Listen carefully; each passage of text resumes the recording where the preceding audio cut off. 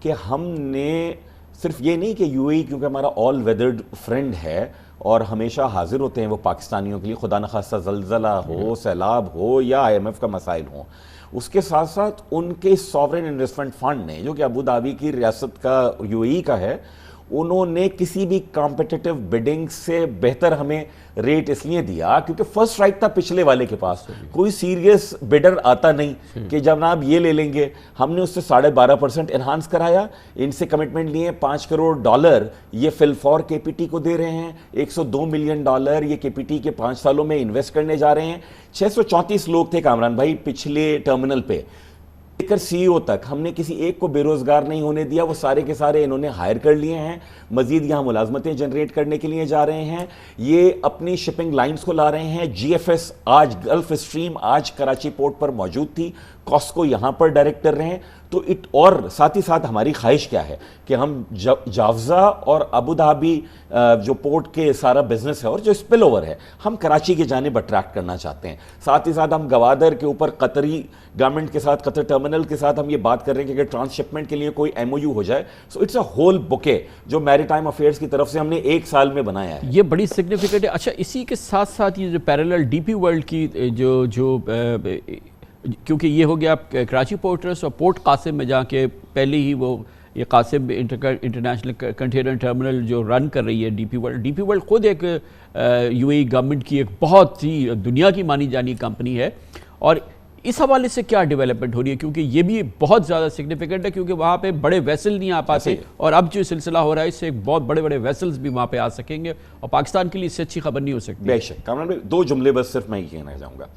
Pakistan international container terminal جس کی آج ہوئی ہے، یہ کے پی ٹی کی 4 برتھیں ہیں، 6، 7، 8، 9 اور 10 اور 11 میں یہ ایڈوانس ہوں گے، یعنی جو کی لینتھ ہے وہ 800 میٹر بڑھ جائے گی.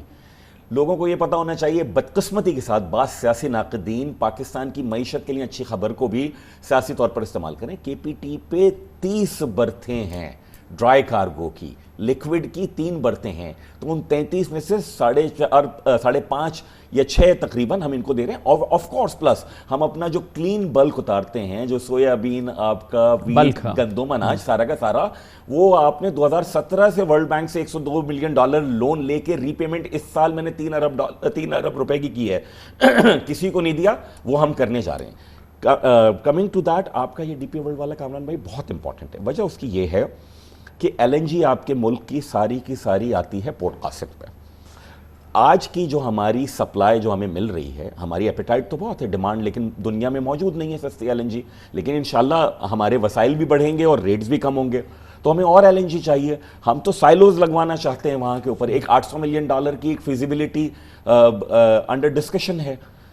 تو آپ کیا کریں گے؟ کیونکہ آج کی جو ایل این جی آتی ہے، جو ایف ایس آر یو ہمارے لگتے ہیں، کم و بیش کامران بھائی 14 دن کے لیے ہمارا مین چینل پورٹ قاسم کا بند ہو جاتا ہے. نائٹ نیویگیشن وہاں پر ہوتی نہیں تھی. ہم نے فیلڈ ویسلز کی پہلی دفعہ شروع کی ہے انڈر ہماری جو کرنٹ مینجمنٹ ہے اور جو منسٹری ہے. اس کے معنی یہ ہیں کہ کل کو جب آپ کی سپلائی بڑھ جاتی ہے، ایل این جی آپ کے پاس آتا ہے، ہم اور ایل پی جی وہاں پر اٹریکٹ کرنا چاہتے ہیں، تو آپ کا تو چینل بالکل بلاک ہو جائے گا. اس کے معنی یہ ہیں کہ جو آپ کا کول آ رہا ہے، جو آپ کا کول جانا ہے، ہم نے تھر کا کول ایکسپورٹ کرنا ہے، کیو آئی سی ٹی کے 2 ٹرمینلز ہیں، وہ سب کلاکڈ ہو جائیں گے، کچھ نہیں کر سکیں. اس لیے ہم نے وہاں آلٹرنیٹ چینل چند وڈوں کے اوپر نیچرل موجود ہے، خدا نے دی ہے یہ نعمت، اس کو مزید ایکسپورٹ کرنا ہے. دس از پاکستان نیسیسٹی. سیکنڈ، کہ جب آپ کی کیپٹل ڈریجنگ ہوگی، جس کی فیزیبلٹی اسٹڈی آپ 2019-20 سے کر کے بیٹھے ہوئے ہیں، 30 کروڑ روپیہ اس وقت دیکھے، تو یہ مدر ویسلز آئیں گے. پاکستان کو آج $1 کی ضرورت ہے. ہم کم از کم $50 سے $55 ملین پہلے سال سے بچانا شروع ہو جائیں گے جو ہم فریٹ دیتے ہیں عالمی شپنگ تو یہ سرمایہ کاری ڈی پی ورلڈ کرے گی اس میں کیا ہے؟ جی بالکل. دیکھیں پورٹ قاسم کے پاس پیسے تو تھے، یہ سوچتے رہ گئے اور ان کے 1.5-200 ارب روپے ڈالر ٹرمز میں نیچے جاتے رہے. آج کی ڈیولپمنٹ جس طرح اتنی امپورٹنٹ ہے، میں آپ کو بہت ذمہ داری سے بتا سکتا ہوں کہ جس دن ابو دھابی پورٹ کے ساتھ میں نیگوشیٹ کر رہا تھا یہاں پر بیٹھ کر، اس دن میرے پاس 2 عالمی جائنٹس کے سی اوز مجھ سے فون پہ رابطے میں تھے کہ ہمیں بھی آنا ہے. اس دور میں جب پاکستان کو یہ کہا جا رہا ہے کہ خدا نخواستہ اکنامک وائبلٹی پہ کوشچن ہے، آئی ایم ایف کی سرٹنٹی 8-9 روز میں کلیئر ہونے کے، اس پر اگر آپ کے پاس دنیا کے 2 بڑے giants Abu Dhabi ports D P World آ رہے ہیں, بیٹھے ہیں, ان کا فٹ پرنٹ پاکستان کی اسٹریٹجک ایک طرف تجارت کے لیے کتنا اہم. اچھا یہ بتائیے کہ یہ جیسے ابوظہبی پورٹ تو یہ اب فنکشنل ہو جائے گا, یہ جو انہینسمنٹ امپروومنٹ کیو آئی سی ٹی میں ڈی پی ورلڈ کر رہا ہے, جو کہ اسٹریٹجکلی ایک اور بڑی, جیسے کہ آپ نے بیان کیا, بڑی امپورٹنٹ وہ ہے, تو یہ اس میں کتنی سرمایہ کاری ڈی پی ورلڈ کرے گا, اور اس کے اثرات اور یہ آپریشنلائز کب تک آپ کا خیال ہے کہ کارن بھائی وی آر ایمنگ کہ now we know the drill. G2G act آیا, خدا کے فضل سے میں پاکستان کا پہلا وزیر ہوں جس نے فریم ورک ایگریمنٹ اس قانون کے تحت سائن کیا ہے. یو اے ای کے بہت سینئر وزیر جو کہ منسٹر آف انرجی انفراسٹرکچر ہیں ان کے ساتھ, اس کے تحت آج ہم نے ایک ٹرانزیکشن کر لی. اب فریم ورک کے تحت میری سارا وقت ان سے گفتگو ہوتی رہی, جتنا وقت وہ پاکستان کی سرزمین پہ رہے میرے ساتھ رہے, سارا وقت یہی گفتگو ہوتی رہی. تو انشاءاللہ تعالیٰ now we know the drill, ہم within days not weeks ہم کابینہ کی کمیٹی کو یہ سمری موو کرنے جا رہے ہیں. کیا سمری؟ کہ جناب یہ ہماری اسسمنٹس ہیں, یہ فائنینشیل ڈیو ڈیلیجنس ہے, یہ ٹیکنیکل ڈیو ڈیلیجنس ہے, یہ لیگل ہے, یہ بورڈ کی ریزولوشنز ہیں, یہ مینجمنٹ کا اوور ویو ہے, یہ پلان ہے, $350 ملین کی انویسٹمنٹ ریکوائرڈ ہے, $350 ملین ڈی پی ورلڈ,